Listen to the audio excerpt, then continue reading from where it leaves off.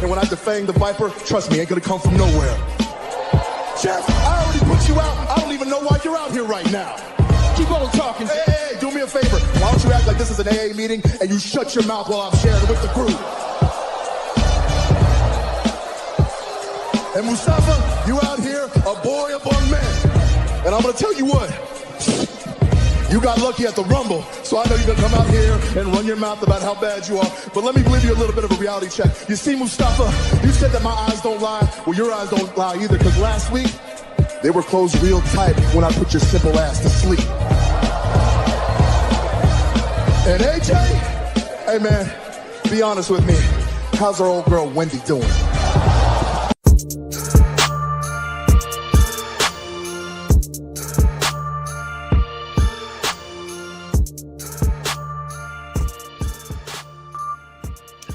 Yes, yes, yes. Welcome back to the Clark Street Wrestling Podcast. It's me, Hafeez, and with me, as always, is Devin. Yeah! And there's a little bit of energy right now going on. Yes, yes. And I think it's because we're going to be focusing on this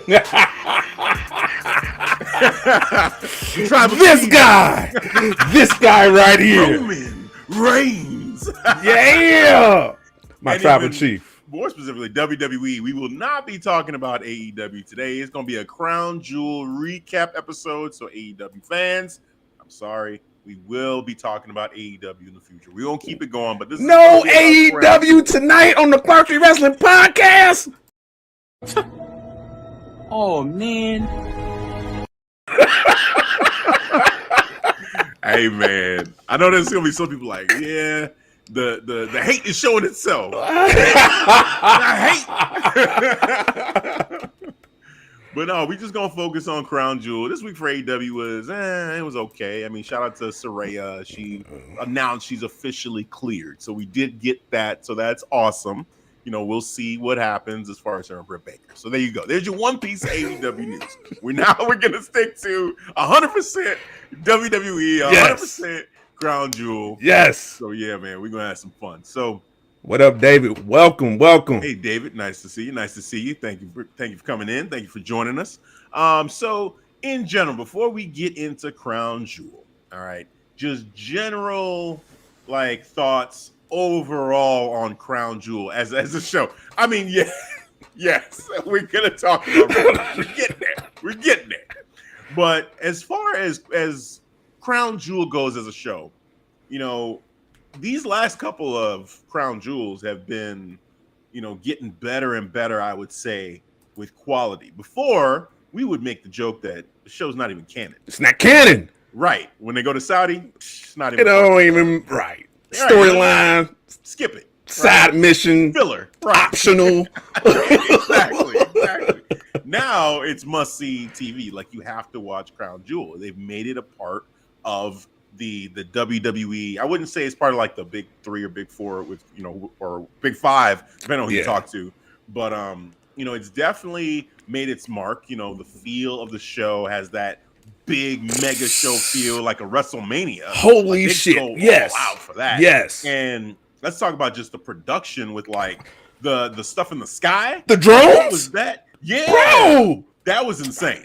I thought it was CGI at first. I thought so too, right. and then I think Corey mentioned it was drones. Yeah, like 2,000 or 20,000. I don't know, some ginormous number. They made a point. They said, "Hey, we're gonna shoot it from multiple angles so people can see that this is actually a thing. Yes. This isn't like, you know, the CGI Roman Reigns. Ooh, like, no, this is actually like lights in the sky, making the picture. Like Logan Paul and Roman Reigns, and like two of their faces going head to head. You know, you had the sword from Drew McIntyre was in the sky. I think that was the first one I noticed, and like it was amazing. It was amazing to see. Did they do Brock's logo with that too? I think so too. I saw Bray Wyatt's logo, and I believe, I saw that. Yep, and I believe I saw Brock's logo as well. Yeah. So, you know, they did a great job. You know, with just the production overall. I felt like, you know, kudos to the crew in Riyadh and Saudi, just making it a spectacle. Like definitely making it feel like it was epic. It was. Yeah. What up, World Elite Podcast? Yes. We're going to get them ones up. There you go. We acknowledge the World Elite Podcast. What up, guys? Oh, man. So, yeah, and I guess, too, you mentioned Bray, and I don't think we have necessarily a graphic or a topic because he's not on the card, but just to bring him up, I just want to. You got the okay. I was gonna say because I'm gonna call a little bit of an audible here because I wasn't seeing him there. Little card shuffle. I'm shuffling up just a little bit, just to get this started off first. See. Oh, you know what? It's okay. I thought I had it's totally cool. We're doing this live, so But basically, I wanted to bring him up because we got to talk about like how it's going so far with Bray in this new character and Uncle Howdy in that character and just how the build is going as it relates to what we saw in Crown Jewel. So essentially, what Bray has been doing is we've been getting kind of like this character of Bray that is supposedly not a character. There we go. I got it. I didn't upload it yet. That's what it was. Yeah, there you go. I had it ready. I didn't upload it. All right, perfect. I come prepared, sir. It's this version of him is the real him. This is like the truest version of him. Yes. It's just Bray being Bray. He's very honest and very just himself. I'm so nervous to be here. Right. We love you, Bray. I love you too. I love you too. Kind of stuff, this is me. This is me. This is all of me. All of me. All of you. That's what I want to see next. That's what I want to see next. Bray, dang, this character, man, he's going all in if he does that. Yes. But but then as he continues to share, just himself and be himself in front of the crowd, we have Uncle Howdy kind of tormenting him is what it seems like is happening. That he's telling him you full of it. You're a liar. Just give in. Put the mask on. If it was so bad taking the mask off this time, don't take it off. Keep it on this time. Never leave the mask. Just embrace it. Right. So it's funny because somebody made the joke somewhere where it's almost like Bray's having a feud with himself because it's like this other side, the Dr. Jekyll side of Bray, or Mr. Uncle Hyde, I don't Howdy. know how that works, but the bad side, right, is trying to lure him back into the dark side. And he's just kind of, I don't know. We were trying to see, is he aware of this and he's playing mind games with us? Or is he actually trying to turn a corner and just be himself, but this other persona is trying to take him somewhere else? Take him somewhere else. Right. It's interesting. Yeah. So as you're seeing this progress and the latest thing we saw was on SmackDown. So that was kind of interesting too, what happened there. But how are you feeling about the progression of this version of Bray Wyatt?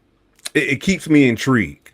It's very intriguing character because this is something different. He said, this is the real me. This is the real Bray Wyatt.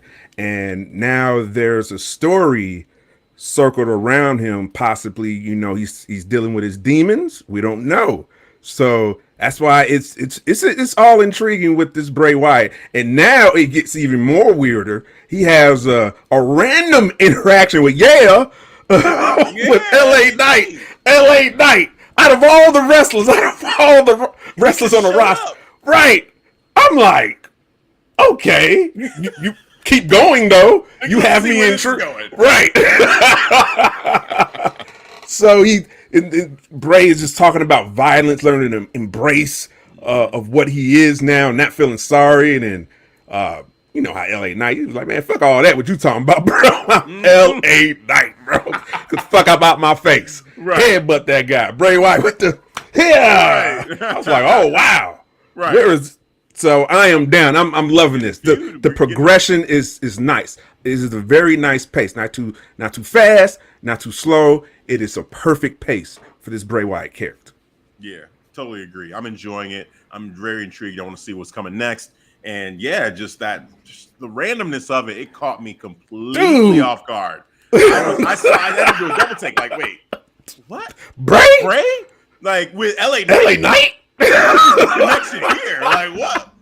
it's just I was so flabbergasted. I didn't know what to say when I saw it, but I was like, continue, please. Yes. So it was great. It was great to see it. I can't wait to see more. So yeah, shout out to Bray and just the team for putting that together. The story, I think, is a great job. Let's keep going.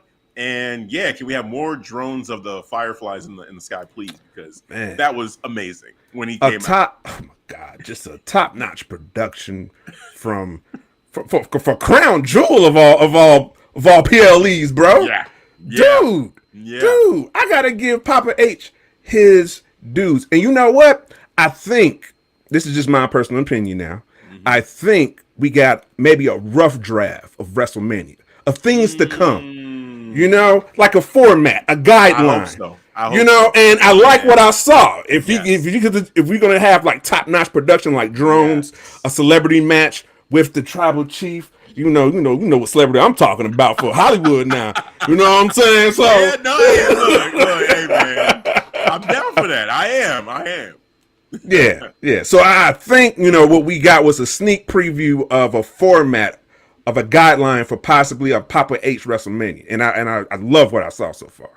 Amen. Just serve it up. It's this 4-course meal or whatever, how many courses is going to be for WrestleMania. If you have this type of quality, in the production, oh my God, this WrestleMania is going to be ridiculous. The first WrestleMania under Papa H's watch, this is going to be ridiculous. I can't wait. It's going to be Woo! Man, get me excited. What up? Yeah. Tell what wrestling takes. Right. Oh, man. So Matt Bishop in the building. What up? Oh, hey, what's up? Live streaming, talking about Crown Jewels catching me off guard. What? That's what we do. This is if you want to get some good old WWE quality content, you come to us. Come to Clark Street Wrestling Podcast. We the ones of podcasting. There you go. So let's get into it. Let's get into the matches. Stop fantasy booking. Oh, man, look. Let us have our fun.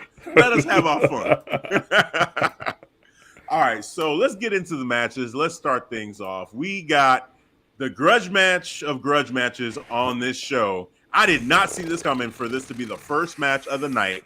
It was Brock Lesnar versus Bobby Lashley. We had them going one-on-one to start things off. It started off just with fireworks right off the bat. Bobby just was giving no fucks in this match. He said, look, I'm pissed off. You cost me my United States Championship. You were ducking me all that time before. I already beat you once for the title. You got problems with me? Okay, here we go. You gonna get these hands, right? You getting these hands. Then he beat the hell out of Brock. He dominated. Dominated Brock, bro. Like, I didn't think that was possible. Right. It's like Brock was just getting manhandled. I'm saying, what the hell is happening? So I love that, right? But the fear that we both had coming into this match was, Brock Lesnar has a history with the brothers. He just finds a way. And usually what it is like with Kofi. I shouldn't say usually. What it was with Kofi was he dominated him in that 14 seconds, 13 seconds, 8 seconds. Whatever it is. Oh, sorry, single digit. Seconds. Single digit. It was not even right. You gave him double digits. No, sir. Too much time. 8 seconds. 8 seconds. Dominated him. What is going on? The Rock. He basically sends The Rock to Hollywood back in the day for his first title reign. And then we get Bobby Lashley, and he takes the title from Bobby. Bobby wasn't even in the match, like Elimination Chamber. Like, he won the championship in a match that Bobby Lashley was champion. Who was not in. Bobby didn't even get a chance. Because Bobby got hurt. hurt his knee. Yeah. He was like, my knee. You know what I'm saying? Had to dip, and then Brock won. He destroyed everybody, killed Austin Theory, and then had the belt. Destroyed everybody. And just like, okay, I guess you might as well just hand it to him. Just hand him the championship at that point. So, then he cost Bobby the United States Championship, and now we're here. It was nice to see Bobby. Matter of fact, that was at the last Crown Jewel. Now you think about it, with continuity. Look at that. Wow. See, look, right. Damn. Oh, man. So Bobby, he got his. He beat the dog shit out of Brock. Unfortunately, Brock found a way. He was locked up in the Hurt Lock, and he couldn't find a way out, which I love that. I love that they're protecting the Hurt Lock. He didn't break out of it. No. But then he was able to. He was struggling. It looked like he was going to be out. He's telling the referee, "Shut up! Shut up! I don't quit. Shut up!" I'm like, I've never seen Brock like this before. And then he goes to the ropes. He kicks off the ropes. He pushes him and Bobby back, and he's laying on top of Bobby. Bobby doesn't let go. The ref counts to 3. 1, 2, 3. Brock Lesnar wins the match. Bobby's shocked. Bobby's pissed. Bobby says, "You know what? Fuck all this." Grabs Brock again, puts him back in the hurt lock, and you see the extreme close-up on Brock Lesnar's eyes. Like, he's going blue. Like, this is the end. He's going night-night. He's going night-night. Right. He put that man to sleep. Like, Bobby walked off. He walked off. Teach a man how to squabble. Look, if this were boxing or MMA and we did scorecards, I'm sorry. Bobby Lashley dominated that fight. Dominated. Yes. Unanimous decision. Yeah, it'd be clear. Now, Brock got the pinfall, so it is what it is, but Bobby got his, and this isn't over. Especially Bobby's the follow-up to this on Raw. that man is mad. That man is mad right now. This man, he was on Raw. Well, first of all, Seth Rollins, he wasn't at Crown Jewel, but he was basically the focal point of the show, and he's saying, open challenge. We're going to do an open challenge for the United States Championship, and whoever wants to answer the call. And first, it was Finn. Yep. Finn tried to answer the call and say, "Hey, man, I was like, oh, I owe you one. At one time, a long time ago, once upon a time, you cost me the championship. So you know what? This time around, I'm going to cost you a championship." Then here comes the OC. It's Seth Rollins. Got to slide to the left. Get the fuck up out of here. Come out. He said, "Look, we're still going to get, I promise the people, we are going to get this open challenge." Okay, cool. Goes back out there. Let's see who answers the call. Bobby Lashley shows up on the big screen like, "Seth, I got some unfinished business with Brock over there, but tonight I got some unfinished business with you." And then Mustafa. No, actually, sorry, it was Mustafa first. Oh yeah, Mustafa first. Oh yeah. I messed that up. Mustafa shows up. He's like, "Seth, you ain't got to do all this. I'm your opponent. You know it's gonna be me. I'm your problem. I'm your." He gets slapped up. Here comes Bobby. Don't want to hear none of Mustafa. Just says, "Nope, I got unfinished business with you." You see Seth's face change, like, "Oh shit, oh shit, shit just got real." Yeah, oh shit. Then here comes Mustafa again. Jump back in. He jumps Bobby. He manhandled that guy. Grips this man by his face and tosses him. It was so funny the way he. Exactly.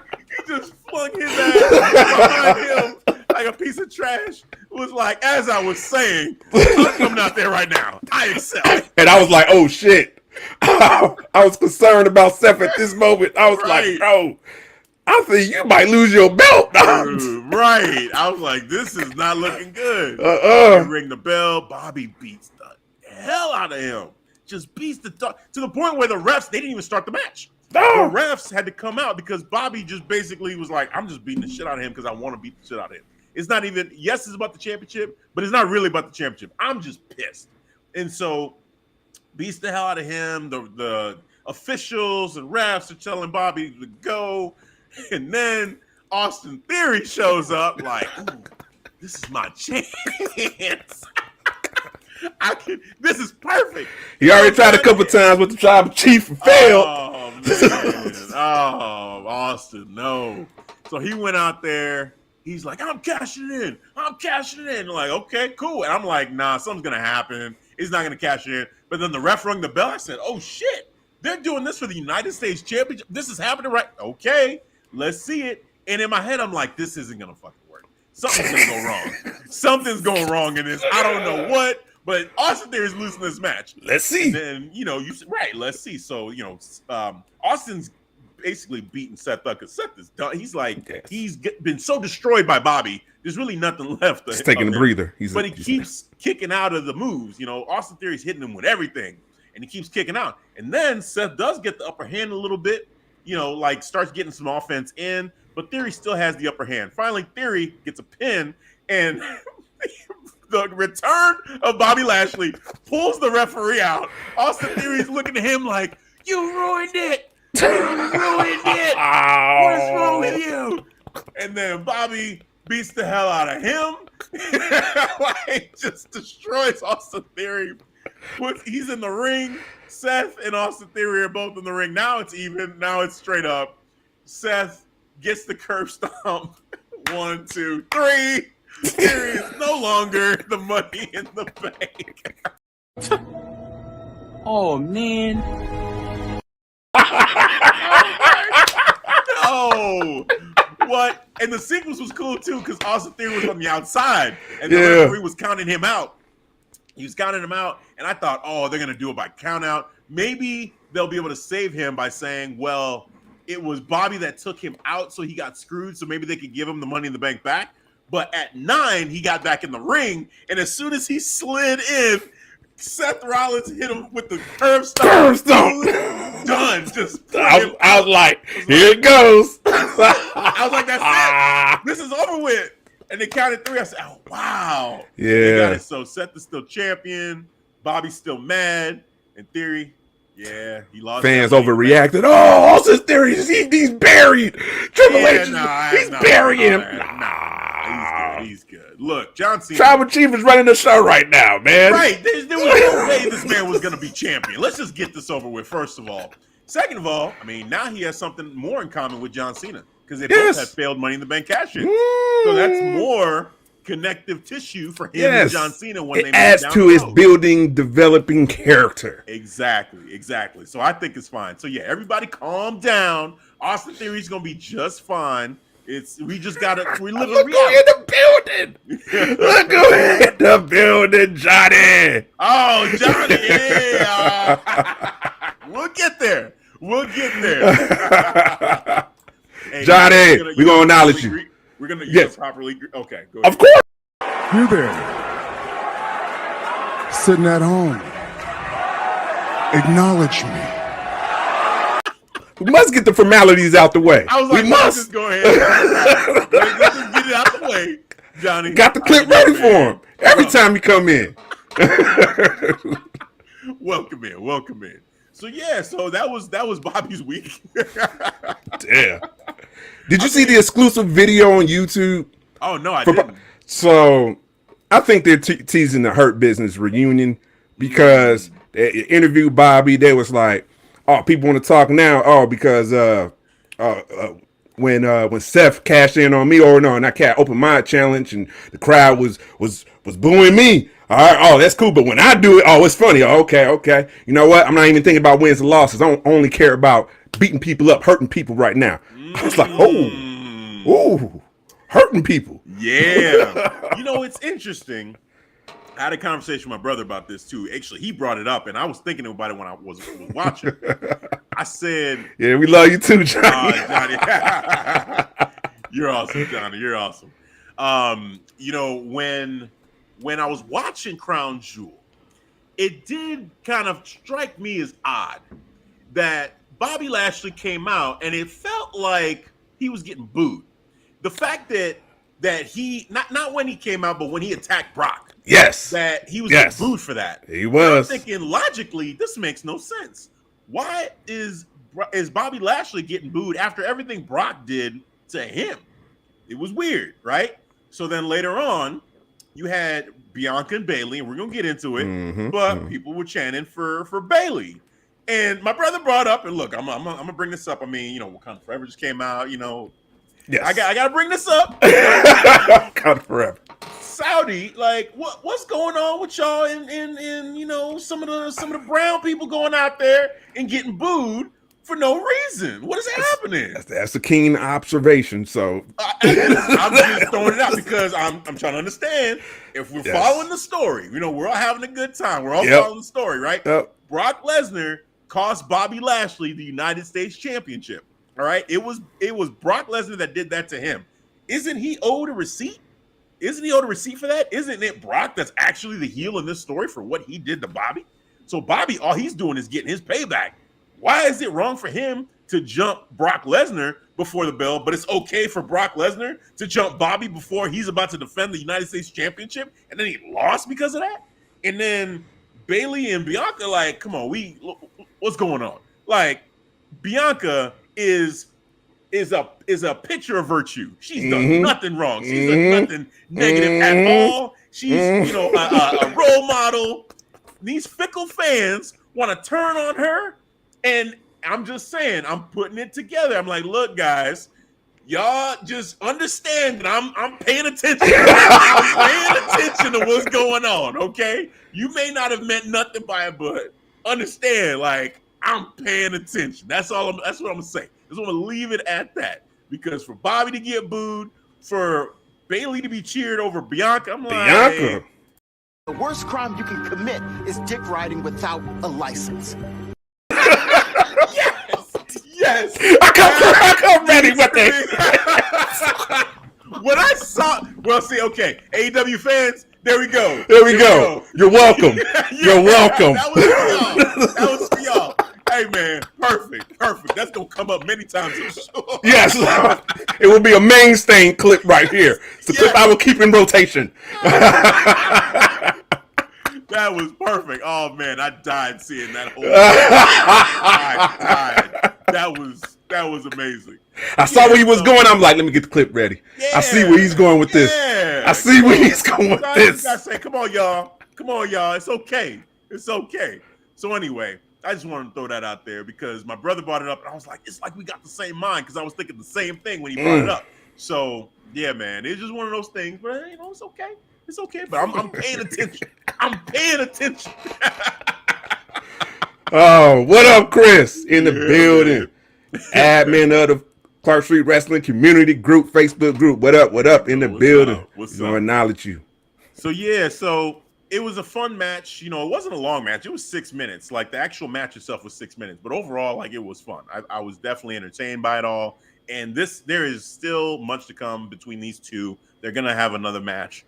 Maybe they wait till WrestleMania. Maybe they do another one before that, and then the rest. I feel like we're gonna get a Mania match between these two. I think so. I think that's where we're headed. Yeah. This is a 3-tier cake that Papa H is giving us, man. They set it up in last year's Crown Jewel. Yep. All right, now we're at the second part, middle-tier cake. All right, now we're setting up for the end, final piece, WrestleMania. I think that is the grandest stage to end this chapter or just end this story right here, because this feud is crazy. It's bananas. Because what Brock gonna do now? What you gonna do? What you gonna do? You ain't gonna call him out like that no more. I know that for damn sure. Right. You ain't gonna come out like, Bobby Lashley, I'm gonna go for this at 5. No, bro. He has your number right now. He gonna give you this work. Right. We saw you gasping for air. Just struggling. Like shit. This is it. Shit. Oh, you escaped that man. Hell yeah. All right. Next matchup, we got Damage Control going against the newly crowned, brand new, minted champions, fresh tag team champions. No way they're going to lose the titles right after they won the championships. Alexa Bliss and Asuka. We both said it. We did not believe this was going to happen. Although we did bring up the fact that Papa H actually did this to Dakota Kai and Raquel in NXT. Yep. So you brought that up. We brought it up at the end, but we still kind of believe like, hey, you know what? Nah. It's not going to happen. This is WWE. They're not going to do. Well, we were wrong. They did it. Switch! They switched it. They flip-flopped the titles. I should have had a clip of that from Martin on House Party. Yeah. Switch!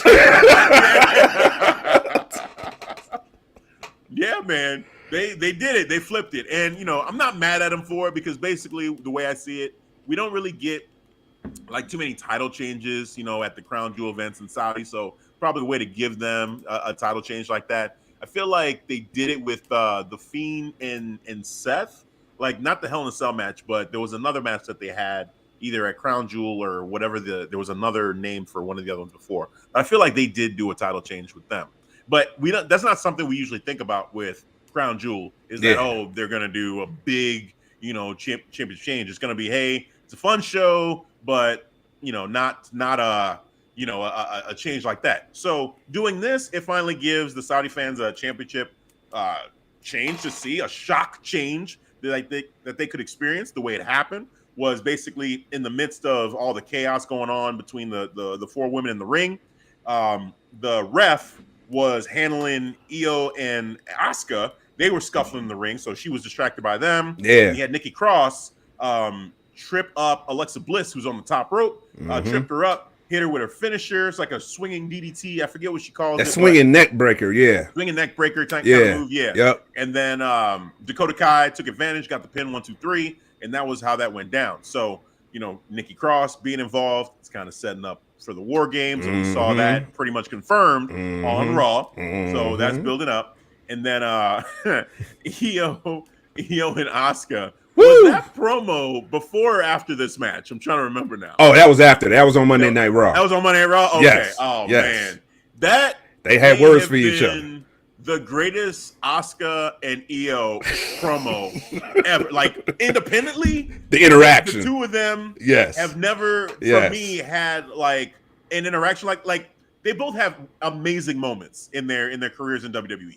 Like, both of them are superstars in my eyes. I love watching both of them. And I love when they just speak in their language and just do their thing. It's fun. Yeah. But this one was like the crowd got into how heated these two women were. Like, shit, they going back. Like, you don't understand the language, but you understand the body language. You see the like, that was universal. Shit. Yes. And just feel it, and then you can hear the crowd be like, yeah, because baka, baka, and then Io says, bitch, and I'm like,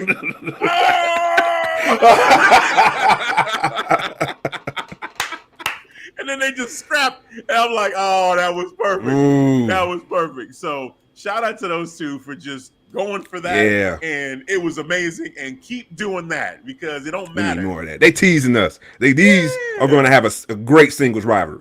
Io and Asuka We need that. Yes. So as far as the match and just your experience of this, man, talk about it a little bit, man. Like what you think? What was your whole experience of this, and what you think about the title change? It was one of my favorite matches. Just wrestling wise, these two teams had great chemistry, man. Between Dakota Kai, Io Sky, Alexa Bliss, and Asuka. And then when Asuka and Io was going at it, they have a very fluid chemistry with each other. And I was just digging it all. Seeing Bayley at the ringside, just seeing these teams, the way they just merged and just seeing just the dance that they had. I was definitely enjoying this match on this card, man. It was one of my favorite matches on the card. So yeah, great match. Enjoyed the aftermath, especially from Io and Asuka. Even I saw the translation and I snipped that and put it in our, on the TikTok everywhere. You know what I'm saying? Put a little music in it, put our little spin on it too. So go check it out. Cause the translation is wild what they was actually saying to each other. Nice. Hey, just all I said, keep doing it. Keep giving us this back and forth promos between Io and Asuka. I want to see that. I want to see a singles feud. Let's go. What up, Ivan? Circle debate in the building. Yeah. TK2, we got you for Slapper Sports. And shout out to Ivan. I was just on his live stream maybe a little over an hour ago. It was the anniversary Thanksgiving episode. Man, we had a lot of podcasts there. We all came together talking about walks of life of podcasting. Real cool, real therapeutic. I love the energy, love the vibe. So shout out to Ivan, the professor, putting a great group of talent together. There we go. All right, let's get to the next matchup here. Steel cage match. We had Drew McIntyre versus Karrion Kross with Scarlett. All right, so you talk about this one, man. Like, what was your experience on this one? Because to be honest with you, I'm still, no pun intended, I'm on the fence about how I feel about this cage match. Because it's a cage match, and I hate that one stupid loophole. You could win by escaping. Yeah. That's why see, I wish Papa H would have used like that. The NXT, I think what was it called, a weapons match, but it's in a cage. Yeah. And you put weapons around and you can't win by escaping. You only can win by defeating your opponent, pin or that's the way it should be. Yeah. yes, and just the way these two guys are trying to escape, it looked weird from Drew's point of view. I was like, this is weird. You got him on the rope. This dude, like, right? His ass. And you want to leave? You want to leave? Oh, I had enough. It's time for me to climb up. Oh man, dude, man. Dude, that was some weak sauce, man. But in between, like the violence, the wrestling was solid, was good. I think this is one of their best matches wrestling wise. But it was better than the last one. Yeah, but to your point, just the optics of it, just these two trying to escape each other, man. Fuck that, bro. That's weak sauce. I felt like it was fine because it's a cage match. You're following the rules. I get it. Yeah. Well, we've seen cage matches before where, maybe the villain, the heel wants to escape, but then the face is trying to pin him, like trying to beat him in the ring, so it's definitive. Yeah. I think they did it so that they could still protect both of them, or protect Karrion in this situation because Drew got the win. The way Drew got the win, I mean, it was fine, as far as Scarlett locked the cage to try to keep Drew in, but then Drew climbed outside, and then Karrion Kross is trying to get out, and then he can't because she locked it. So that was like, okay, they cost themselves the match. It wasn't so much that Drew just won, but I don't know. I feel more, I guess, frustrated about it for Karrion. So, I feel more about this for Karrion Kross because Karrion Kross, I talked about it before. Like, I feel like his character right now, it's not, the same. It doesn't have the same edge to it as it did in NXT. And I feel like I agree. He still got it. He's got that inside of him, but it's just, it feels like his character is not that same like beast, that same badass savage that he was before. Just cut the hair, go bald again. Well, man. I was just about to say, ain't nothing wrong with bald. The hair, it looks good on him having the hair in general, but then the character I feel like would almost have to be different. Like he almost looks like a greaser, like something I don't even know, like just an old school character from like Grease, like John Travolta in Grease, like.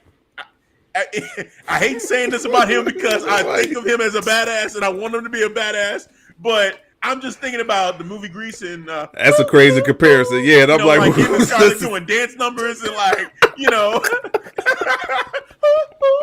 like and then just start doing that thing. Like that would almost fit his look now a little bit better than the whole fallen prey. I cannot see that now. I cannot see that. But that's what I've been seeing since, even with the jacket, he's got like the leather jacket. It's got like a greaser look. Yeah. Like, I don't know, man. I feel like this doesn't really fit. Something isn't meshing right now. Carried. So, yeah. Hair carried is better than ball carried. I disagree. Man. He had a more sinister look with the ball. Yeah. He like NXT. He looked like a murderer, like a psychopath. He looked like a psychopath. He did. Yes. He did. And so I want that Karrion back, especially because that's kind of what they're trying to sell us on. Like, that's still the character he's trying to play, but he doesn't have that same intimidation that he used to. Yeah, the aesthetic with the hair, the flowing hair. And it's a good head of hair. It is. Embrace the hair. Right. Right. Embrace it while you got it. Let your soul go. Just enjoy that shit. You know what I'm saying? That's another clip. Put that clip in there. Yeah, I got you. I feel it silky smooth. Just let your soul. Oh man. Like, it's okay. I get it. Embrace that hair, but at the same time, it's just like the character. It just still needs some work. I'm gonna give it time. I'm not out on Karrion Kross. I feel like the dude is still awesome. Scarlett is awesome. So I think it'll work out. But right now, it's just the character's just not hitting right now. I think we got a solid point by Nick from the Universal Wrestling Podcast. What up, Nick? I think the stipulations have hurt Kross. He's too good in the ring. That's a solid point. That's a solid point. I thank you, Nick. Yeah, that's a great point about that, man. Like, it's just have him go out there and be a badass and beat Drew's ass. And then Drew comes out and Drew beats his ass. Like, have him scrap. Like, what's going on basically with Bobby and Brock needs to be what's going on with Drew and Karrion Kross. Just that. You don't need the stipulations. Just let these two dudes go. Let them go. So that's how I feel about that. And it seems like we all concur. Everybody seems to be on the same page with that one. That matchup was fine. It wasn't bad. It was passable. It was passable. Right. But for these two type of characters, these badasses, why are they trying to escape? Right. Yeah. Perfectly said. Moving on. The Judgment Day. Yes, we had the Judgment Day versus the OC. And oh boy, seeing the conclusion of this match and seeing, I'm just skipping to the end, that Judgment Day, Finn Balor getting that pin, I was like, I can't believe it actually happened. We both predicted that they would win, but I was still shocked that it happened. I'm like, they really did it. They did. And of course, Rhea Ripley, she was the X Factor. She helped make it happen. Which she's a team player. I love that. It was awesome. It was awesome. And then the follow-up on Raw, it's like, okay, they need an answer. OC needs an answer because this is never gonna change as long as Rhea Ripley is involved in this. But they got a Rhea solution in the form of the HBIC. So Mia Yim is back. I know that ain't who I think it is. Yes, Mia Yim, the HBIC herself, showed up, took care of business. Had the kendo stick. And wailed on Rhea Ripley. Just let her know that she's back, and you're gonna have to deal with me now. So that was great. She took the guys out for drinks. AJ's like, they got a high tolerance, right? Right. Like, these dudes got high tolerance. I don't know if you want drinks to be on you. You gonna go broke tonight. Like, calm down. Yeah. So like drinks on me. HBIC. Yeah. But like, can't wait to hear her music. Yeah. Oh man. Yeah. That one. I'm the HBIC. Like that shit is one of the best theme songs in WWE in NXT period. Like, that song was awesome. So the match itself was cool. It was fun. Everybody got their moment to shine. But really, what it came down to was we had again the Judgment Day continue their winning ways, and on Monday Night Raw, Mia Yim made her return, which Keith Lee, wife, you taking care of my wife, Papa H? Bet. Yeah, I'm just come on home. Sorry, AW, but no, come on home. We need him, and we need Swerve. We need to fix some things, okay? Oh boy! Yeah, yeah. Let's make it happen. Oh man, what are your thoughts on OC versus Judgment Day? Oh, just another great match. They had great chemistry. Gallows, he was sticking out to me, man. He was moving well out there, man. Showing the power game, just looking fluid out there, and Dom. Oh Jesus! Oh no! Oh man, what Dom? Even the aftermath when Mia interfered, and they backstage. I think Byron was asking, what are you going to do about, the OC, and now Mia Yim has joined. Oh, yeah. Yeah. He was like, you ain't going to be doing that to mommy. When he said that, I cringed so hard. I was like, oh, no. You know why he said that? You know why? I know. I'm built differently. Oh man, yeah you are. You be doing that to mommy. I'm like, oh no. Oh man. Hey, I got this, Dom. I got this. Real. Oh man, bro. Just gold. Just pure entertainment. Love every moment of it. Keep going with this whole thing. It's phenomenal. So no pun intended, but it's phenomenal. Man, it's fun. It's fun watching this group go. These two groups, the history they have, the fact that they keep mentioning what happened in Japan. Michael Cole talking about Bullet Club, like just New Bullet Japan Club and Bullet Club, like talking about history. I'm like, what? Another sign. Like if you didn't believe, if you're like, oh yeah, Vince is somewhere back there. No. This shit would not be happening under his watch. This is pure Papa H and Michael Cole. Credit to him because basically what I think is happening, and this is just me thinking this, is Yeah. that Michael Cole feels that freedom, and he knows He can wrestling. say what the but fuck he's he just saying wants. whatever. Yeah, like, he's going now. It feels like he's just so like himself, and so just kudos to Michael Cole. I'm gonna give Michael Cole some props for just having fun and just being himself and just name dropping and just shouting things out that you ain't never heard, shouted out on WWE TV before. So shout out to Michael Cole, man. He's doing a phenomenal job. So Billy Club, what? Oh man, yeah. When they said that, I think a lot of people were like, what? Like, oh Come yeah, again? that's right. Vince is gone now. We can do whatever we want. He ain't there. That's right. Exit the building. Right. So yeah, man. So fun match, great match there. Another win for the Judgment Day. Let's talk about this next match here. This the Unstoppable Force versus the Immovable Object. And Braun Strowman versus Omos. Two big men slapping man meat. It was a whole bunch of Colossus and giants and monsters and all that and oh my and yes. What did you think? Because this is really in your wheelhouse as far as slow pace, yes, time, yeah, men, the heavyweights, big heavyweights. All right, and you were thinking, hey, maybe because I was saying, look, Omos, I think he needs to go back to NXT and develop a little bit more. You said, well, do you think he can surprise us? And I said, I don't know, man. I feel like I've seen enough to see that he still needs developing. I'm not giving up on Omos, but I still think I think there's serious development that still needs to happen. But you're saying he may surprise us. Did he surprise you at Crown Jewel? He surprised the hell out of me, man, working with Braun like that. And I gotta give Braun his credit because he was the one. He was the leader out there. He was the dance partner leading Omos. All right, man. They was doing a 2-step and did a phenomenal 2-step, a big man 2-step between these two giants. Like Braun was getting dominated by Omos, selling for that man, bro. I was like, holy shit, bro. Omos was looking like a badass, man. So just so the match, exceeded my expectations and it answered my questions. Like, if Braun be able to lead out there, he did.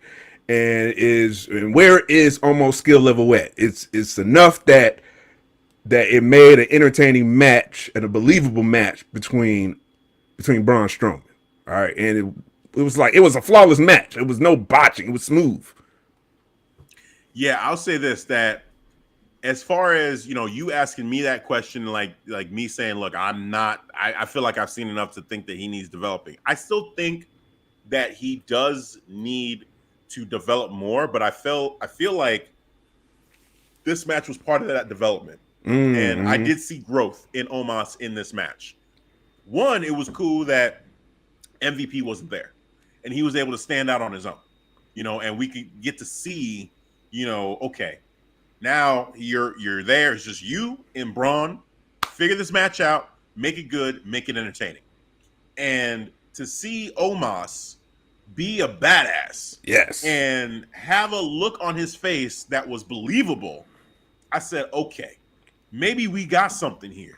Because I liked how he just seemed confident. He seemed like comfortable, and they just were able to just go. And especially with Braun selling for him the way that he was, making Omos look great by the way that he, just allowed, like even the just simple things like the test of strength, and then really selling for Omos. Like, oh, damn shit. stronger than me. Doing the stampede around the ring and then running into a brick wall. That shit looked crazy. When he did that move right there, I said, what the fuck? Okay. Yes. Like, this is something different that we have never seen from Omos before, as far as him feeling like, okay, now he's legit. So for me, all that was great. The one gripe I have with it, though, is I think Omos should have won.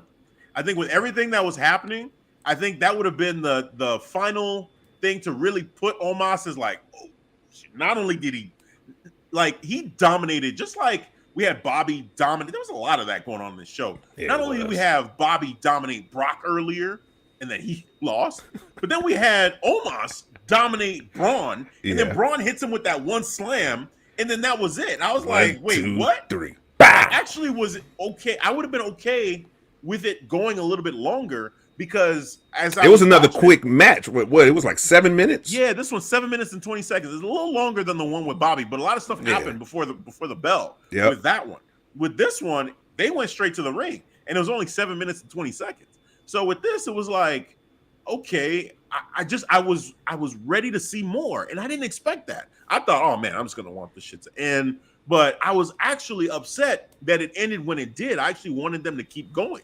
And then he picks up Omos, which, okay, cool. Visually, that was crazy because Omos is legit 7 feet, whatever, tall. And he's 6'8". So, but then for it to be over on that one slam, I was like, you could have went a little bit longer. And I think you give Omos this win and you continue the feud. Just continue the rivalry. Maybe they got some other plans for Omos. Yeah, I think it would have been too soon for Braun to lose that quick on a major PLE for Crown Jewel. So I understood the story of the match. It was Braun kind of just leaning more on his experience than his strength that he usually do. Well, so it felt like he got lucky. Well, it felt like he didn't have any offense. It just felt like, okay, he caught Omos and he's done. But I'm like, it didn't bury Omos. It actually made Omos look great.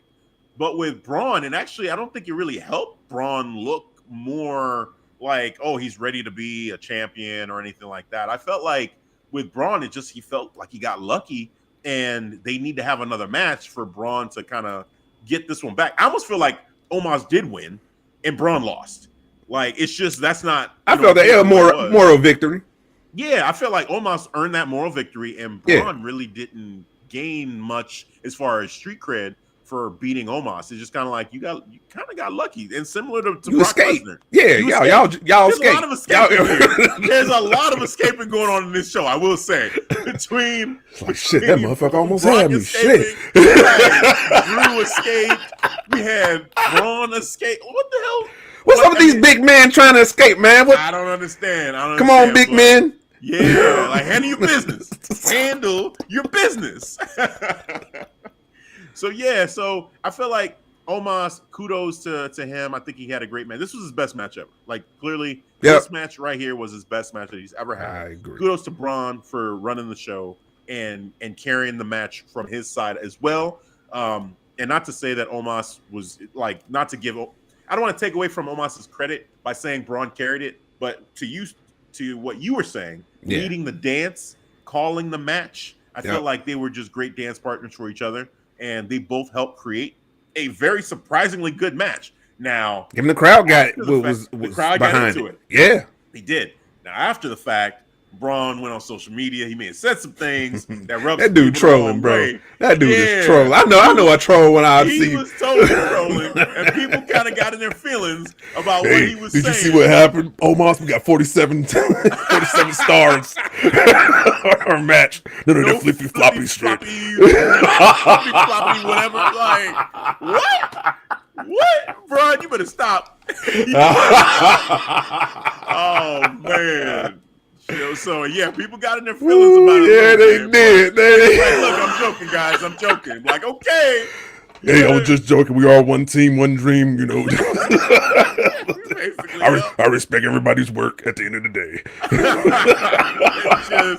just don't do it, bro. Don't do it. You just got back, man. Calm down. Yeah, man. But it was fun. It was fun, man. Fun matchup. Enjoyed it.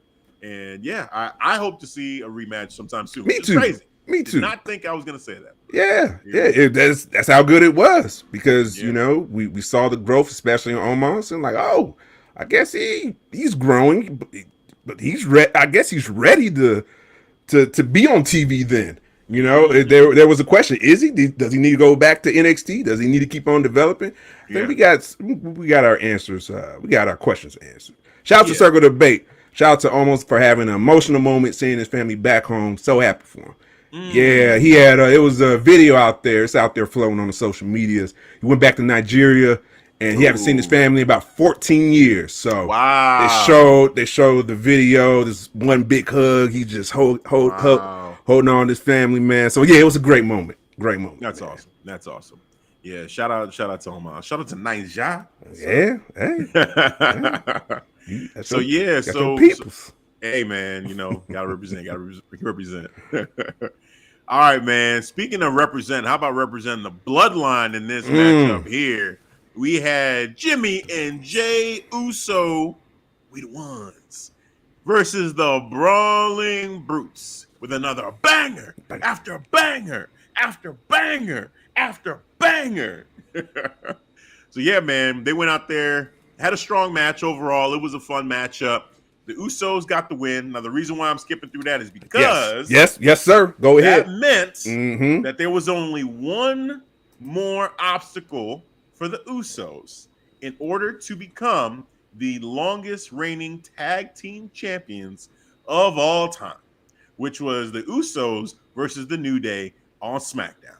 And let me tell you, this match at Crown Jewel was cool. Yep, it was great. Great wrestling match. Yes. Yeah, great wrestling match. But the match on SmackDown with the Usos and the New Day.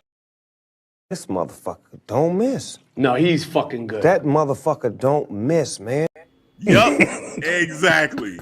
You put those two teams together, and it's just every time. Like, it doesn't get old. They could fight. They could just say, "Hey, it's just gonna be you two from now on." Yes, like, we're just gonna have forever going on. Yeah, you guys are forever linked. Yes, right. Yes. So seeing that match, it was so emotional. It was so like hard hitting. There was the respect factor you saw from both teams. Even the build up for Monday Night Raw, leading. Oh, the promo back and forth. Oh my God, yeah.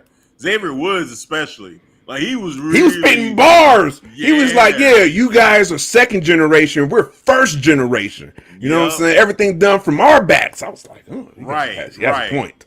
Exactly. Yeah, just talking about the grind and having the grind from nothing. Whereas you like you had your daddies and your uncles like helping you, but then the Usos firing back and saying like the expectation, the everyone thinking that they're supposed to be great, like that is just hard. You don't understand how much pressure that is, and then they're going back and forth about pressure, and just like what that means and. Like being booed for being these preachers, these happy-go-lucky preachers. Like that's pressure trying to survive and keep your job and think you're about to get fired. That's pressure. I'm like, oh my God, these two teams. A professional wrestling story. No personal digs. No. We're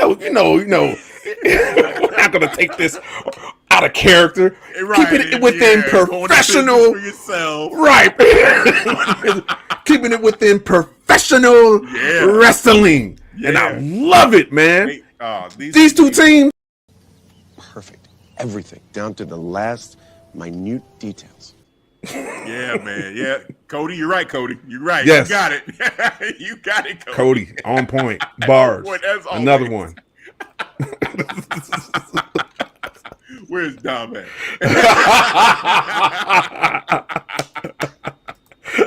Yeah, man. So, at the end of the day with that matchup, the Usos were victorious. So now it is official. The Usos, we can say it now. The Usos, the Usos are the longest reigning tag team champions of all time.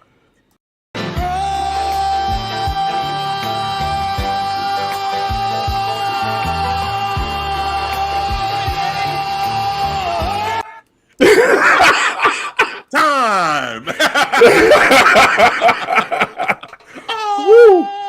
Time. Yeah, they're the goats of tag team wrestling for me, man. Like that's been my favorite tag team for a long time now. Ever since they changed it up to the Uso Penitentiary and they went that route, I was God, man, this game team changer is on another level. Yeah, the promos, just the work that they would do, like in the ring, outside the ring. I'm like, these two, they just got it. They just got it. And then joining up with Roman, the tribal chief, and just that crew, just always just having that presence. The blood, like this is greatness. You know, so seeing this happen for the Usos, well deserved. The fact that they beat the New Day to get there was well deserved. Yes. And now out of nowhere, 1D too was crazy. Yeah. Oh man, Kofi from the top rope and then set up the 1D out of nowhere. Perfect.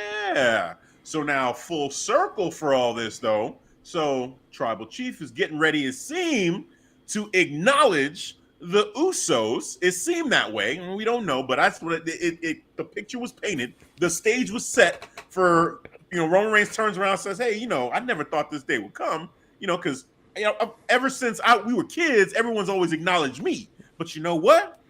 The day has finally come, and he turned around to them, and I said, oh, he's going to do it. And then this damn music for the Brawling Brutes hit, and I was mad. I was mad. No, don't you interrupt this. Not now. I don't care what you guys have to say. I want Roman to acknowledge the Usos. Yes, they deserve it. And sure enough, here come the Brawling Brutes. Yep. Saying, you know what, we brought somebody else, and they had Sheamus. And Sheamus comes down, and his mic don't work. The Java Chief. He's like, what you talking about, man? You can't even get your mic to work. He laughed that man off, bro. He laughed that man off. Yeah, that laugh was funny, too. Like, he had a laugh. I was like, where did that come from? Where did that laugh come from? He's like a mob boss at this point, man. Yes. Like, yeah. Dude, he's sitting comfortable. Dude, Godfather, man. Just straight like, I don't know. He's on one. Having fun out there, man. I ain't worried about you, bro. You can't even get the mic to work, man. Get the fuck out my face. Right. So then, they have the scrap. It's the Brawling Brutes, and the Bloodline. They're all scrapping, but it's the numbers game that's not working in their favor. And then you get Drew McIntyre's music hit. And immediately I said, War Games. Yep. The stage is set. I didn't think this was going to happen. I didn't think the Bloodline was going to be there. You did, right? I'm not a non-believer, so of course. But here's the thing. So is this going to be 5-on-5 or is it going to be 4-on-4? No, 5-on-5. We were just waiting on KO. KO will be the last to join with the Brawling Brutes and Drew. That makes sense because Sami Zayn and all that. Okay, cool. Because if it was 4-on-4, then Roman Reigns has a way to get himself out of this match to just be like, yo, Sami, you take my spot. Right. I'm not getting I don't do this. I don't do this. Elimination Chamber, War Games. I'm good. This is beneath me. Tell it Triple H. Exactly. That's what I see happening, man. Unless they confirm this is 5-on-5, that's what I see happening. I'm like, nah, I ain't doing this. No. That is beneath me. Yes, the Tribal Chief. Cage above me, all over. Oh, man. But hey, if it does happen, hell, that's gonna be a crazy visual with the entire bloodline fighting together. Man, that's gonna be wild. That's gonna be wild. So we gonna see. So yeah, so the Usos and Brawling Brutes, like this has been a rivalry that's been brewing a little bit. Yeah. They had the matchup. The Usos were victorious, but it's not ending there. It's gonna continue on the Survivor Series, War Games. We're gonna get this matchup. Should be a lot of fun. Can't wait for that. And shout out to the Usos one more time for being the new longest reigning tag team champions in WWE history. Usos. Yeah. So now, speaking of champions and making history, Bianca Belair is on her own run where she's starting to look like, I said it the last time, she might be another forever champ now because I don't know when this run is forever stop. Can't stop, won't stop. Like she is just bad boy, baby. Like, exactly. She is on a roll and it's just no end in sight right now going against Bayley in this matchup. And like I said before, it seemed like the crowd, they were rooting for Bayley a little bit in this. I don't know why, but I see you, Saudi. I'm watching. So, but the matchup was good. It was a good match. Last woman standing. Fun overall. I like the fact that they tried to be creative with how they were trying to keep each other down. There was one part that kind of had me laugh out loud, though, when Bayley tried, because Bianca was trapped in between the ring and the steps, and Bayley tried to cover up the hole in the steps with the ladder. And I'm like, that's not sealing off anything. Like, what are you doing? I just laughed out loud. It was kind of like in NXT when they had the ambulance match. And you had the one Creed brother trying to throw the dude in the wheelchair into the ladder, and it was like, what the fuck? When Bayley did that, I said, no, not again. Not again. Maybe y'all don't do that. Right, don't do that. Like, you can't make it look violent, make it look impactful. Don't do it at all. Don't do that. But then she did good because she had a kendo stick, and when Bianca tried to put stick her head out again, she was whacking away at the steel steps. I said, "Ooh, that looks good." Now that I was laughing because I was like, "This is whack-a-mole." Yeah, because that's what it was. Because Bianca would go back in, right. Then she come back out and be like, "Wow, wow, wow." Get your ass back in there. Yeah, man. It was fun. It was fun. So, and at the end, the way she pinned her underneath in between the ladder, and then pushed the ladder underneath the corner, like that was cool. Like I was fine with that. Like I don't know. I don't know how everybody else felt about that, but I was cool with it, man. It was acceptable. I was cool with that. The last two matches, Bayley lost the ladders, so it makes sense.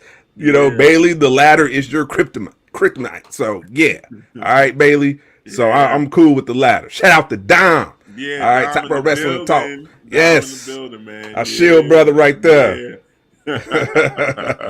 It's like what I missed. Start over. Yeah, what? We're live. We live, man. We live. Yeah, man. So yeah, this matchup it was cool. It was fun. Overall, had a good time with this one. What was your take on this match? It was a fun match, man. Bayley and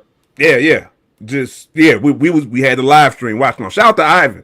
He hosted the Bloodline podcast and watch along. Had a great time. It was Nick there. It was Tim, Floor Slapper Sports. We had a great time. And this is one of the matches we was all responding like, this is a pretty solid match. Mm-hmm. Bianca using her, the golf cart. That was cool driving. Oh, yeah. That was a cool visual, too. That's like one of those, like, iconic, like, I can see them playing that over and over again. Like the time where Bianca had Bayley on the top of the golf cart and she rode her down, down to the ring. Yeah, that was a cool visual. Yeah, but what you had pointed out about that audience, about the fans booing, the sister Bianca, The worst crime you can commit is dick riding without a license. Hey, hey, I saw it. Right, sorry. I thought y'all was cool. I thought y'all getting comfortable out there now with the WWE Crown Jewels. Y'all, this is regular. This is regular. No, come on now. Watch. Yeah. Got my eye on you. But fun match though. Fun match. Yeah, it was a fun match. Yeah. For a hashtag forever champ for Bianca. She ain't losing anytime soon. I don't see it happening. Rhea Ripley is the one person I'm waiting to see. Yep. If they have them cross paths, but Rhea Ripley's busy. She's got Mia Yim. Yeah. We know Beth Phoenix is coming back, so it may not be for a while. So Bianca, I think she's gonna have. It might be setting it up, but Rhea Ripley real nice. The transfer of power from Bianca to Rhea, especially in that persona that Rhea's in, like as a heel champion, she's gonna be unstoppable. When she gets that championship eventually. It's just gonna be, oh my god, I can't wait. That's gonna be great. But you think she'd be the first to get gold or out of that faction, or you think she should be? Honestly, look, they don't have a leader necessarily, although some people, Finn Balor is starting to stick out too as a leader, but I think it's Rhea. Like Rhea just seems to be like in charge, like she's the one kind of orchestrating everything. You hear her on the side screaming at them, kick out.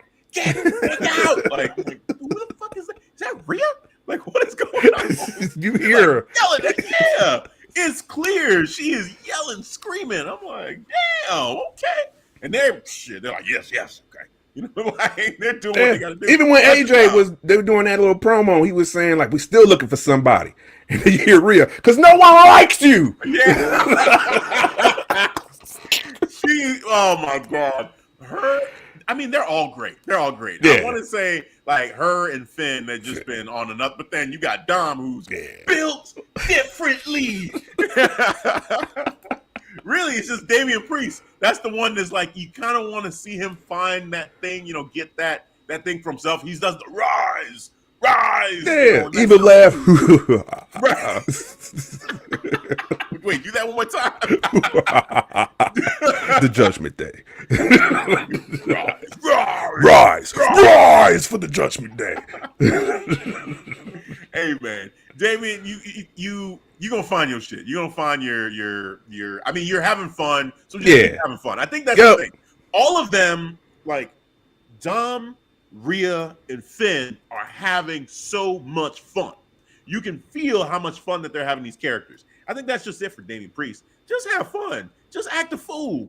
Be yourself. You know, you ain't got to try to be like super badass or hardcore with this. Just have a good time and stack those dubs, and you're gonna be fine. Like, because right now this group, they're on another level. They're on fire. That momentum is just on another level. I love it. Oh yeah, love it too, man. You know, they just having so much fun out there. But... Johnny, Judgment Day is way more better than the Bloodline. When Johnny does this, you gotta look. You're lying. I already know. I'm like, okay, cue the clip. I know it's coming. You asked for it, Johnny. You be asking for this. You just, hey. Oh man, you know that's a perfect. Let's see. Are we there? Are we there now? Yeah, that's a perfect segue. Are we there? We are at the main event. We already talked about Bray, so that's it. It's Bianca Belair, Bayley, and then the last one. We there. You know what time it is. You prepared for this? Are you prepared to talk about this?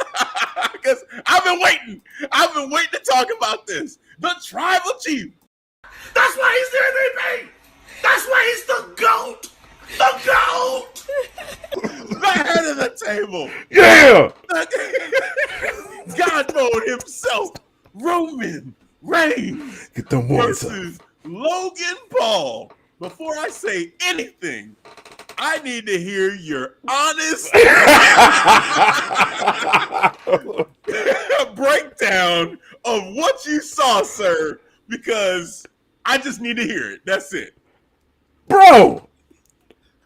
All right, first of all, I was annoyed with this match because why is this match so fucking good? Why is this match so fucking good with Logan Paul? I was annoyed by that I was enjoying this match with the Tribal Chief and Logan Paul. Logan Paul looked phenomenal out there, bro. Like he been doing this for years. For years. I feel like his third match. No, it did not.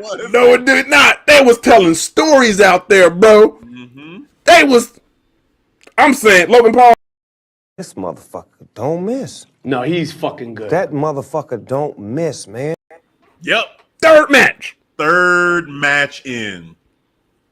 Dude. Tribal Chief, just first of all, Tribal Chief did handle business out there, but man, it was towards the end. I was like, wow, I think they're not gonna switch it.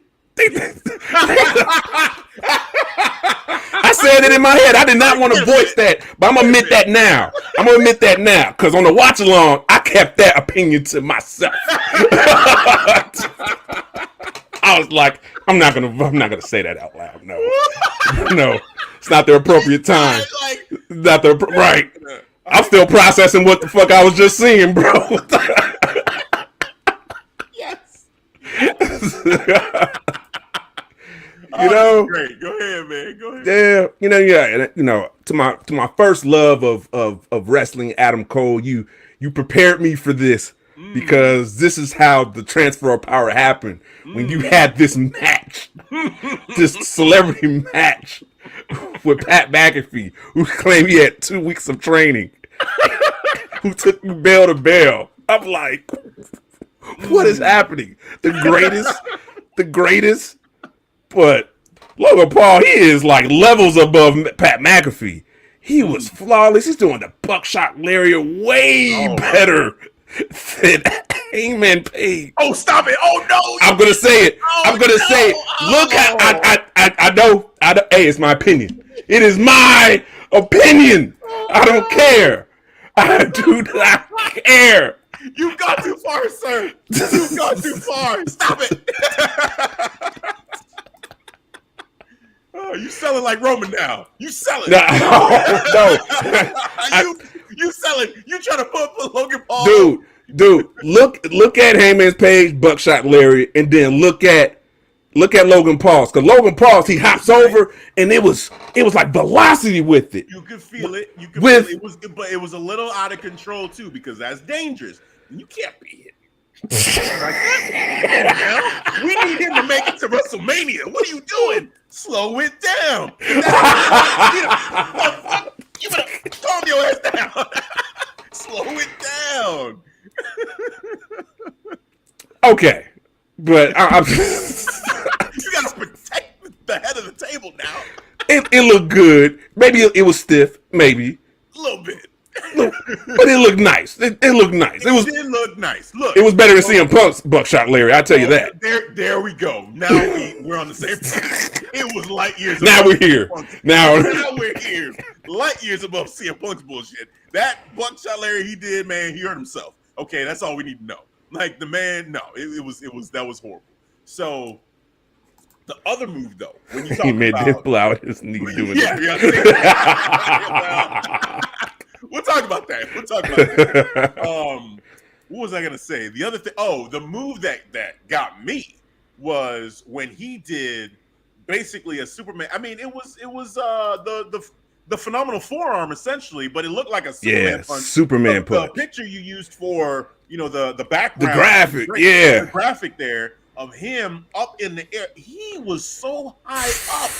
And he's in that Superman punch pose. Bro, this was a fucking anime poster right there. Like some Goku, Vegeta in the mountain, Goku right here at the ground. Like some fucking...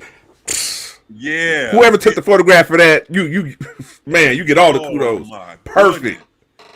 Yeah. So, Johnny. Logan Paul, shut up. Hey, this is your moment. No retort. No, I'm gonna let her rock. I'm gonna let her rock. He's letting it ride. Oh man. That's all I gotta say. Johnny, hey, that's a dub for you in my book. He couldn't clap back immediately. Oh man, look. Okay, so here's what I saw. First of all, I was thinking about you this whole time. I know you was. When I'm watching this and I'm seeing the selling from Roman Reigns, I said, "Oh my God!" He was selling his ass off. He's losing his mind when he took that lucky shot, and he was got on one knee. He was like, oh.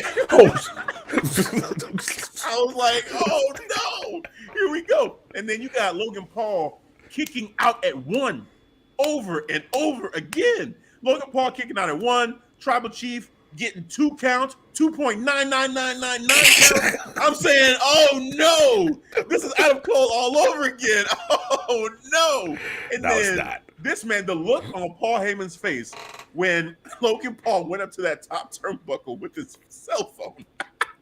And he's taking a selfie while he's getting ready to which was a crazy visual, by the way, from that perspective. That was an amazing video. But not to the Tribal Chief, the disrespect. That to the Tribal Chief. He said, hey, Roman, you're about to go viral. And he did the perfect. Yeah. I was like, damn, my Tribal Chief. Me personally, I wouldn't take this level of disrespect. And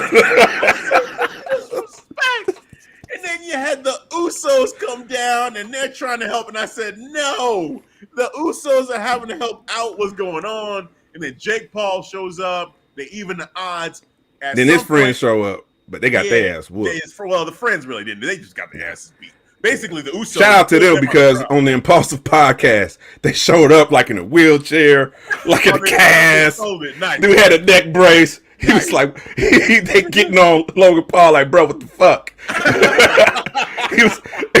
Logan Paul was like, I want to thank you guys for help. He was like, help? We got our ass kicked. They just got our fucking ass kicked. Usos pulled them out the front row and threw them around, threw their asses around like, just fucking get out of here.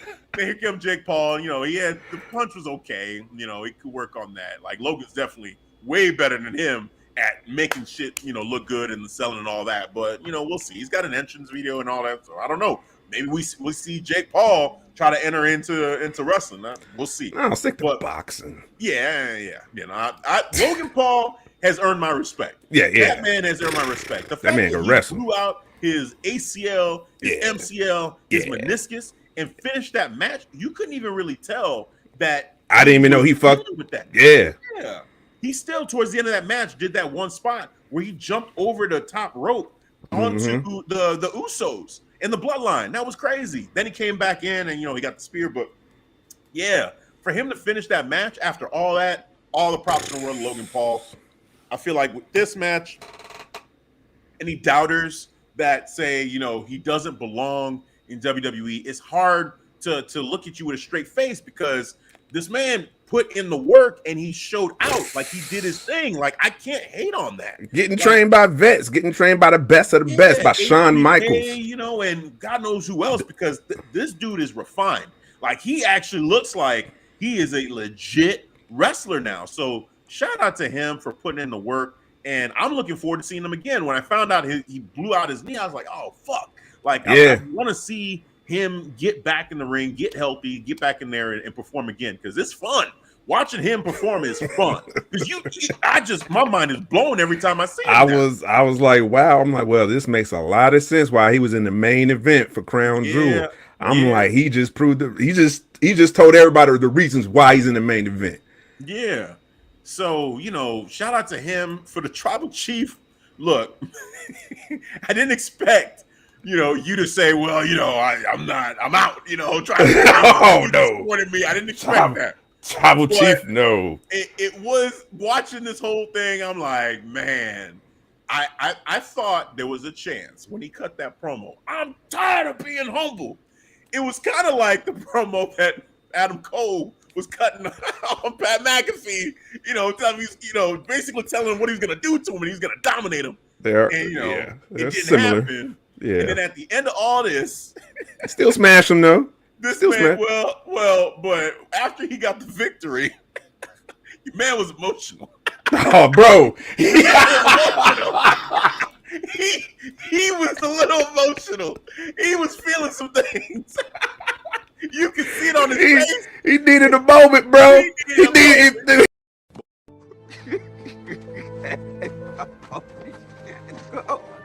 No, she can't. I was like, what? Like, what is going on? It's just Logan Paul. This is like, he's like, go back to YouTube. Ain't no more YouTubers coming back here no more. And he went to Paul. He's on the belt. He's in his chest like, oh. I'm like, oh. What was crazy? First, he looking all serious. He looking a little exhausted. Then he kind of, I'm like, he about to tear up or something. And then Paul just motivating this man. You're like, yes, you are the tribal chief. You are my tribal chief. No one can beat you, my tribal chief. Oh man, hey, that was a performance. That is the tribal chief. In all seriousness, for the tribal chief, I'm gonna give him a huge shout out though, because this was risky for him. As far as like doing this for Logan Paul and trying to sell and put Logan Paul over in this way, it was a huge risk, because it's possible people look at it and say, well, damn, he looks weak, and he's losing to a guy or getting beat by a guy who has only had 2 matches. And then at the end of the match, it's looking like he feels thankful to have survived. Another one who survived a match after, Logan Paul, he pretty much, like, again, if it was the scorecards, if we're looking at it like, boxing or MMA, you have a lot of people who would score that for Logan Paul and just the way that he dominated the match. So I'm just saying, if you had to do it, as Johnny said, I'm not doing that. You don't have to, because I know it ain't like, this is like a 60-40, like 60-40. Nah. Most of the offense, more like 70-30. I'd say that. The 2 counts, I don't know about 70-30. 70-30, I feel. The 2 counts that he got on Tribal Chief, the 2.999, and then he's kicking out at 1, and then his knee is blown out, but he's still whooping Tribal Chief's ass, doing frog splashes while doing selfies. What the hell? Like, This dude got style points. He got pinfalls. But he beat him with one spear. Tribal Chief beat him with one man. spear. That's all it took. One spear. Well, one, he, two, he three. hit him with the Superman punch too, right? It's the Superman punch, yeah. Superman but with his finisher, with the because Superman, he never pinned anybody with that. Yeah, that's just one of his signature moves. Yeah, but the finisher move, it was one. It was cool. I get my point is that to do all that, right? And I'm gonna say it from my perspective, what I saw is he allowed Logan Paul to look like his best self and look like a guy who could beat the Tribal Chief, and to have the balls to do that and hit at his stature, I do have respect for that. Because he's putting the business and the bigger picture of the show before his own ego. Like, he's willing to do business, and that says a lot about him as a leader of this company, a leader of WWE, to say, hey, I'm going out there to put on the best show possible, and this is what it takes for me to go ahead and say, you know what, it's not about me looking like I'm going to dominate the shit out of this dude. I'm going to go ahead and put this guy over and try to build another superstar in Logan Paul. I'm going to make this dude a star here tonight. That right there, hey, man. This guy right here. Props. That to me is a champion. That to me is the head of the table. That to me is the Tribal Chief. It's all that. It's not always about how you dominate. It's about how you take care of the bigger picture. You taking care. Everybody's eating. Everybody's eating because of the Tribal Chief. Yeah, man. Head of the table, sir. Head of the table. Yes, you. Hashtag forever champ. Get used to it, Johnny. Hashtag forever champ. Yeah, onward to 1,000 days. 1,000 days, everybody. We already crossed 800.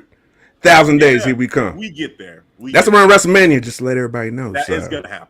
1,000 days is happening. At this point, it would be. I would be shocked to see anything different. To be honest with you, I really would be shocked. Maybe at that point after WrestleMania, maybe they do something different, but we'll see. I mean, at this point, if it's not The Rock, I don't know, because Royal Rumble's going to happen, right? Yeah, that's true. That is true. The Rock, I don't see The Rock being in Royal Rumble necessarily. It's going to be interesting to see how they work this whole thing. And we won't fantasy book that one necessarily, but there's so many, I see people talking about, Sami Zayn should be the guy to take the championship off of the Tribal Chief, which it would be hilarious. It would be hilarious. And there is kind of a long-term storyline that gets paid off with something like that. It could be like a Jey Uso, who again is a long-term storyline that could be paid off with something like that. Could be Drew McIntyre coming off of Clash at the Castle. Drew back in the. Well, I'm just saying, he's back in the crosshairs. Being in this War Games match potentially. There's Cody Rhodes, which that's probably the most likely opponent to me if we don't get The Rock. I feel like Cody's gonna be in the Rumble, and he'd be my favorite to win the Rumble. No. If we don't. Favorite. I thought you were talking about beat Tribal Chief. No, that's what I thought. Well, favorite to win the Rumble. Okay, yeah, favorite to win the Rumble and be go against the Tribal Chief at Mania, and that whole story. I mean, the promos from Cody leading into that match would be fucking epic. Right, be fire. Yeah, be fire. And the Tribal Chief is gonna bring his. He's gonna live the bars. Damn about family. You want to talk about your family, family of losers, and look at my family. You know what I'm saying? Remember who the Tribal Chief is. This is the guy. Take it from me, please. I want somebody to take it from me now. Right. It's these two legacies: the Rhodes family legacy and the Anoa'i family legacy colliding like that, dude. I mean, it has WrestleMania written all over it. It has it written all over. Man, Ivan, you're my guy. Yeah, no, look, it's those are the people where I feel like it would make sense for them to at least build them to be guys who could do it. But I think Cody is probably the most likely to be built that way heading into WrestleMania if it's not The Rock. If it's The Rock, look, he's going to win. I already know. And I'm kind of not excited for a championship match with The Rock. I've said it on here before. What? Not championship match. I'm cool with the feud. That would change. I have a feeling that would change. But the story, we'd be like, Rock's not gonna stick around. He's not gonna stick around. We don't need. No, I'm not buying it. That's so. He's a busy man. He's a busy man. Yeah. XFL movies. Yeah. DC. It's all right. Right. You got Black Adam going on. Hey, do you think? You good. You good. Keep promoting that. you don't have to get involved in championship storylines with the Tribal Chief, because I'm not gonna believe it. I just won't believe that he's gonna win that match. I'm a Rock fan. Rock's my favorite wrestler ever, so I want to see him absolutely, but I just don't think there's any chance in hell that he beats Roman Reigns. Given like to end that story on that. That just seems like no. It's a match I want to see, but not necessarily for the title because Rock won't stay. That's why I say that. So, but yeah, Tribal Chief, man. I mean, he's still champ. So, you know, I'm still waiting. I'm surprised you haven't proclaimed the date. I'm surprised you haven't proclaimed what day. I was gonna wait till the end. But everybody know. Everybody know. Tribal Chief Day. Y'all know. Y'all know. Come on. Tribal Chief Day. Shout out to Ivan. Nobody's gonna beat the Tribal Chief. Bet. That was good. Actually, I got a question for you. When it comes to this War Games matchup, potentially, do you see any scenario where maybe Sami Zayn takes a pin and that's how the Bloodline loses? Ooh. Oh, yeah. And that's the downfall of Sammy, and that's when we start speculating. All right, when they gonna jump this man out the group? It's coming. It's coming. We know it's about to happen. And he hasn't been around for a little bit. You know, there's some personal reasons. He's dealing with personal issues. Yeah. So you know, it is what it is. So all respect to him. But yeah, like you know, once he gets back in the fold, they have this match. Forever hashtag Tribal Chief all day. Yeah, man. Like, I could see that happening. I could see a scenario where that's a way to give them an L. And it's like, okay, you cost us. Like, they don't take L's. This team, this faction does not take L's. So if Sammy takes a pin, I think that's it. I think that's a wrap. Or if something Sammy does costs like Jay to take a pin, let's say. Some type of miscommunication. They still at odds with each other. They got to be on the same page. And if they're not, that's something I'm going to be watching like, okay, like one of these two dudes might slip up. They end up losing. You know, just saying. But we'll see. Because this story's been great. You know, I wanted them to keep it going. Let's go all the way down to WrestleMania and have Tribal Chief get to 1,000 days. And yeah, man, let's have some fun. I see, yeah, man.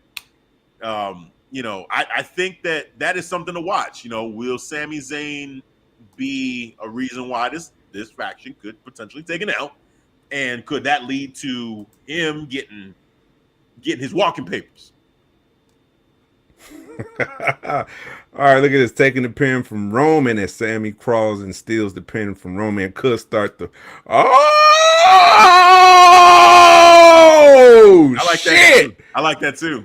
If Sammy takes the pin and Roman was about to, like, he spears somebody and then Sammy goes and gets the pinfall, yeah, no, that's not gonna go over well. That's not gonna go over well. The Tribal Chief, he gonna feel. Excuse me.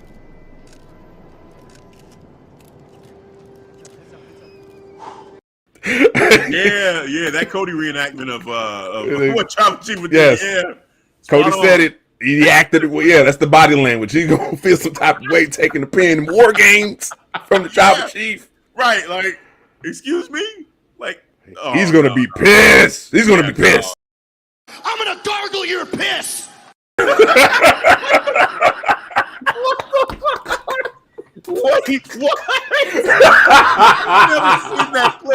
I've never seen that. What? I had it for a while. It Actually, doesn't really work. With no context, especially, that don't work. But in any context, I don't understand why you would say that. This how pissed off the Tribal Chief will be. Taking a pin away from the Tribal Chief. I'm gonna be mad. I'm gonna gargle your piss.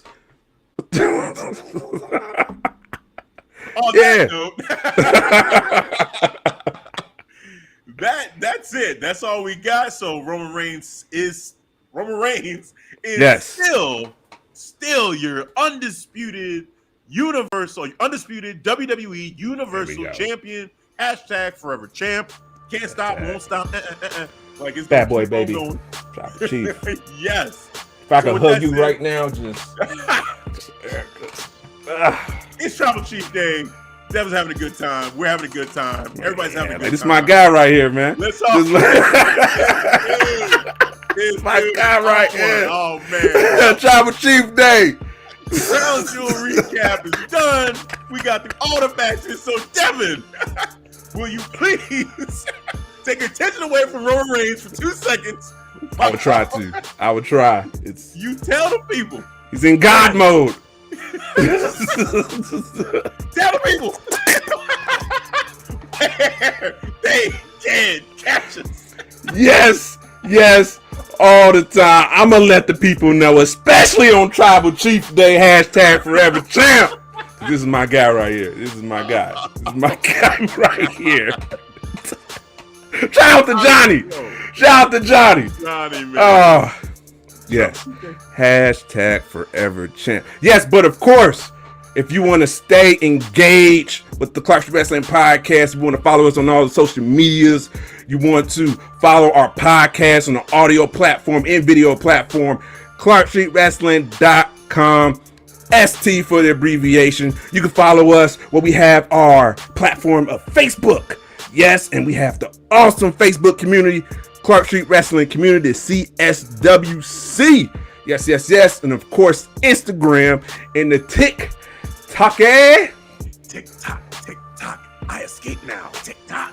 Yes. Help us grow that number. We're almost getting close to 6,000 followers. Getting close. So keep on. Follow our page. Hit that follow button. Join in. Follow our YouTube channel. All right. Hit that subscribe button as well. All right, and we can't forget about our Twitter page and our merch. Get your damn merch. We got awesome merch. You just can't come in the podcast and not just get our merch, especially if you're out there in the southern states, out there in the southern hemisphere. Get your beach towels. Get your beach towels. Yes. Get your ass off that hot ass sand. It's a bad look. Protect your ass. Get your beach towels. But you out here freezing your ass off right now. All right, in the Midwest. In Chi-Town, in the Windy City. Man. A couple days ago, actually, you could have used a beach towel. You could. Because it did get up to about 77. Could have cut your grass. Could have.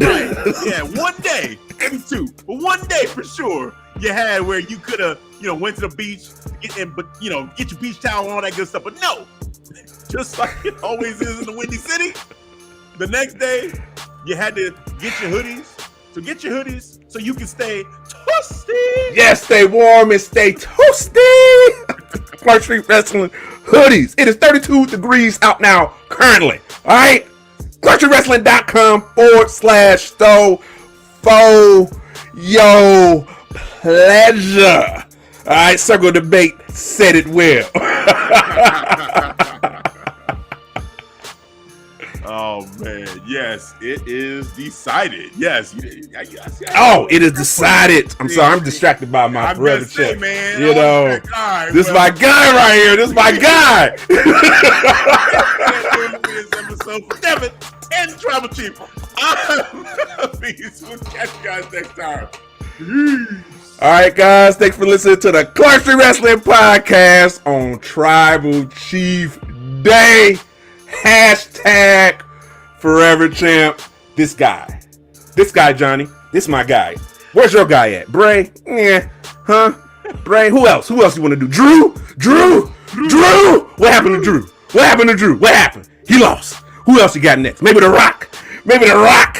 Will he smell what The Rock is cooking? Nah. Tribal Chief. My guy. This guy right here. Summer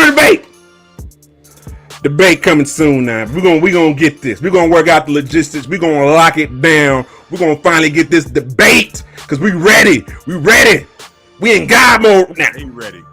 The ones that podcasting. Debate coming soon. Let's go. I'm out of here anyway. Peace out.